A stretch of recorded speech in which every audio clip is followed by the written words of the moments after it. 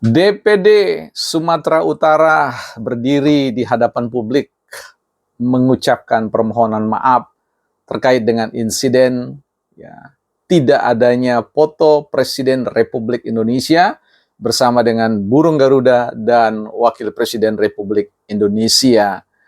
Mereka mengatakan bahwa itu adalah insiden yang tidak sengaja, jauh dari unsur politis.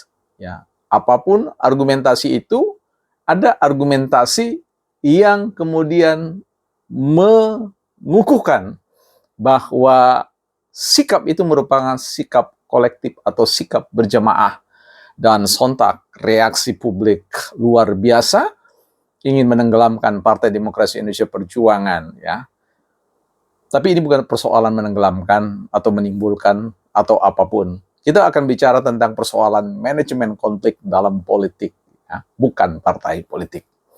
Teman-teman, mungkin teman-teman heran, mengapa sampai hari ini Partai Demokrasi Indonesia Perjuangan masih terus-menerus, ya, dalam bahasa orang ngeyel, ya, dalam tanda positif, ya. Artinya belum surut juga amarah, emosi, keyakinan bahwa mereka berada pada posisi yang paling benar, dan yang di sisi sana adalah sisi pihak yang curang, culas, dan seterusnya. Sehingga muncul terus-menerus upaya-upaya, bukan hanya bicara tentang Mahkamah Konstitusi yang lazimnya ditempuh, ya, menempuh Petun, ya, Petun, dan hari ini muncul juga, ya, sekalipun mungkin tidak ada kaitannya dengan PDIP, ya, gerakan mahkamah, ya, mahkamah peradilan mahkamah rakyat katanya, ya, mahkamah luar biasa. Ini apalagi nanti kita akan ikuti. Tapi mari kita lihat mengapa terus-menerus hadir dalam ruang lingkup yang kita sebut dengan politik. Ada yang namanya konflik. Nah, sehingga konflik itu perlu dimanajemeni, ya, perlu ditata, perlu dikelola. Kita lihat sebuah buku, teman-teman. Kalau teman-teman nanti ini siap-siap, ya, setelah Prabowo dilantik bersama Gibran, kita akan masuk mengkritisi seluruh kebijakan yang diformulasi, yang diimplementasikan, dan tentu yang dievaluasi secara kolektif bersama kita untuk melihat apakah kebijakan publik itu pro, ya, mengadvokasi kebutuhan, ya, atau katakanlah persoalan-persoalan publik yang seharusnya dibela. Nah, untuk itu teman-teman kita akan belajar nanti bersama-sama. Teman-teman bisa baca satu buku yang merupakan kitab sucinya mereka-mereka yang belajar kebijakan publik, ya. Adalah salah satu buku, ya, teman-teman bisa baca itu Public Policy, ya. Ini sudah diterjemahkan dalam bahasa Indonesia, teman-teman. Kebetulan saya punya dua edisi bahasa Inggris dan edisi bahasa Indonesia, ya. Pengantar teori dan praktik analisis kebijakan, Wayne Parson, ya. Jadi silakan teman-teman, ini dijual bebas kalau, ya, teman-teman ada. Nah, di dalam halaman, ini halaman berapa teman-teman? Halaman 128, di situ dituliskan politik adalah manajemen konflik. Ya, politik adalah manajemen konflik. Untuk mengatasi konflik nilai, keyakinan, dan kepentingan. Rezim yang tak bisa mengatasi problem ini tidak akan bisa bertahan, ya. Jadi ini merupakan satu challenge, tantangan bagi para politisi, partai, ya, bahkan pemerintah, bahwa konflik akan selalu hadir, sehingga dibutuhkan kecakapan, kecerdasan untuk mengelola. Sebab ketidakmampuan, ketidakberdayaan di dalam mengelola konflik itu akan membuat sebuah rezim akan tidak mampu bertahan, atau sebut saja kolaps atau ambruk.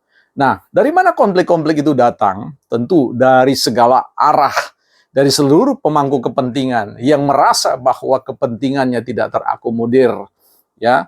Akan ada banyak yang akan datang dan kemudian berusaha untuk meneror pemerintah, dan bisa diajak duduk satu meja untuk membicarakan who get what, siapa dapat apa, ya, seperti itu, ya. Jadi pemerintah ini akan running, ya, setelah Oktober. Tentu teman-teman sudah tahu, sebelum Oktober pun, ya, itu konflik demi konflik terus-menerus digulir untuk meninggikan apa yang disebut dengan nilai tawar, bargaining position ya. Jadi para kelompok-kelompok kepentingan ini selalu akan memberikan tekanan-tekanan tertentu untuk meninggikan nilai jual mereka atau bargaining position mereka sebagai kelompok yang bisa diajak untuk diperhitungkan karena memiliki nilai tawar tersendiri.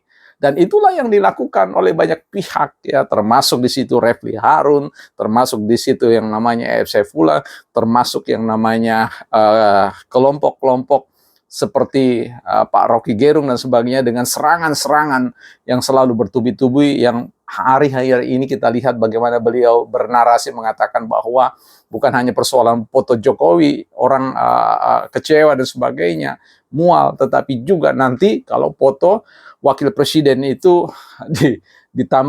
dipasang dan akan membuat banyak pihak mules dan mual dan seterusnya. Ya, saya kira itu satu serangan ya, konflik politik yang ingin diciptakan, baik datang dari individu atau mungkin berkelompok dan sebagainya. Semua punya kepentingan. Siapapun di Republik ini, apalagi hadir di ruang publik untuk hadir menteror pemerintah, biasanya itu adalah pihak-pihak yang ingin meninggikan nilai tawar mereka atau posisi tawar mereka. Karena itu sangat dibutuhkan ya.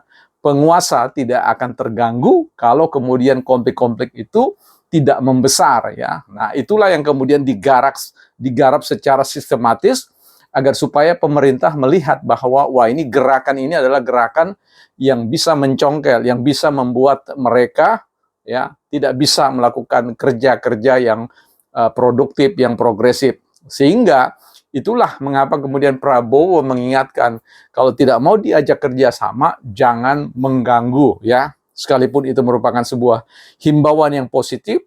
Saya kira Pak Prabowo sadar benar bahwa itu tidak akan dituruti oleh kelompok-kelompok yang merasa punya power, punya kekuatan, punya posisi tawar, apakah itu dalam konteks kehadiran partai-partai atau kelompok-kelompok yang lain, sehingga yang harus dilakukan oleh Prabowo adalah bagaimana mempersiapkan tim manajemen konfliknya untuk menghadapi satu demi satu konflik yang ada, yang akan dihadapi sepanjang pemerintahan yang akan dijalankan oleh Prabowo dan juga bersama Gibran. Dan konflik-konflik itu akan datang dari segala arah. Tiap hari di ruang media teman-teman bisa mengikuti manakah kemudian pihak-pihak yang mulai memunculkan konflik demi konflik ya, dengan cara yang pertama menyemai ya benih konflik dan kemudian menyiraminya, memupuknya, terus melakukan redundansi atau pengulangan-pengulangan sehingga terjadi kapitalisasi pola konflik dan eksplosif ya, artinya dia meledak sehingga kemudian ya pihak penguasa itu mengatakan ada apa itu ya, dan kemudian mereka memperhatikan, mengkalkulasikan tentang dampak yang bisa ditimbulkan oleh gerakan-gerakan konflik tersebut ya. Karena itu manajemen pemerintahan yang baik selalu menyertakan manajemen konflik yang terbaik, bukan partai politik.